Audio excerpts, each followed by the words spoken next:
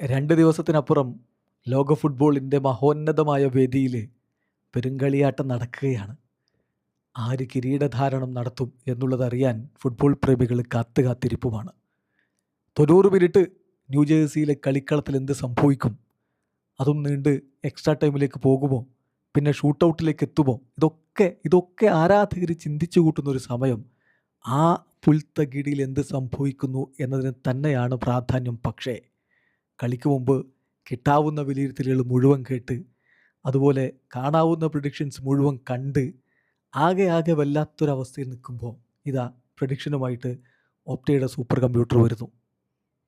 സാധാരണ നമുക്കറിയാം ഈ പ്രഡിക്ഷൻസിലൊന്നും അത്ര വലിയ പ്രാധാന്യമില്ല എന്നറിഞ്ഞാലും നമ്മളിതൊക്കെ കണ്ടുകൊണ്ടിരിക്കും. അതാണ് ഏതായാലും ഒപ്റ്റയുടെ പ്രഡിക്ഷൻ, അർജൻറ്റീന കിരീടം ചൂടാൻ 40.54% സാധ്യത എന്നാണ് അവർ പറയുന്നത്. അതേസമയം സ്പെയിനിൻ്റെ കിരീട സാധ്യത 59.46%. അപ്പോൾ കൂടുതൽ കിരീട സാധ്യത കണക്കാക്കിയിരിക്കുന്നത് സ്പെയിനാണ്. പക്ഷെ അതൊരു വലിയ എഡ്ജൊന്നുമല്ല, ഒരു 80-20, 70-30 അങ്ങനെയുള്ള ഡിഫറൻസ് ഒന്നുമില്ല. ചെറിയൊരു വ്യത്യാസത്തിൽ സ്പെയിനിന് കിരീട സാധ്യതയാണ് ഇപ്പോൾ സൂപ്പർ കമ്പ്യൂട്ടറിൻ്റെ പ്രവചനം.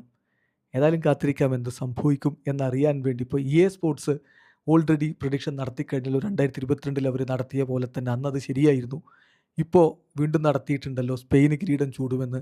അതുപോലെ ഒക്കെ പലരും കമൻ്റ് ഇടുന്നുണ്ട്. പക്ഷേ നമുക്കറിയാലോ, ജർമ്മൻ മാത്തമാറ്റീഷ്യൻ 2014-ലും 2018-ലും 2022-ലും പ്രഡിക്ഷൻ കൃത്യമായിട്ട് നടത്തിയ ആൾ ഇത്തവണ നെതർലൻഡ്സ് കിരീടം ചൂടുമെന്നല്ലേ പറഞ്ഞത്. അതെവിടെ എത്തിയില്ലല്ലോ. അതുകൊണ്ട് പ്രഡിക്ഷൻസും മറ്റു കാര്യങ്ങളൊക്കെ നമ്മൾ ഫുട്ബോളിൻ്റെ ആവേശത്തിൽ അങ്ങ് ചെയ്യും. പക്ഷേ എന്തൊക്കെ കേട്ടാലും എന്തൊക്കെ നമ്മൾ വിശകലനം ചെയ്താലും ആ പുൽത്തകിടിയിൽ ഞായറാഴ്ച രാത്രി 12:30 എന്ത് നടക്കും? കാത്തിരുന്ന് കാണാം.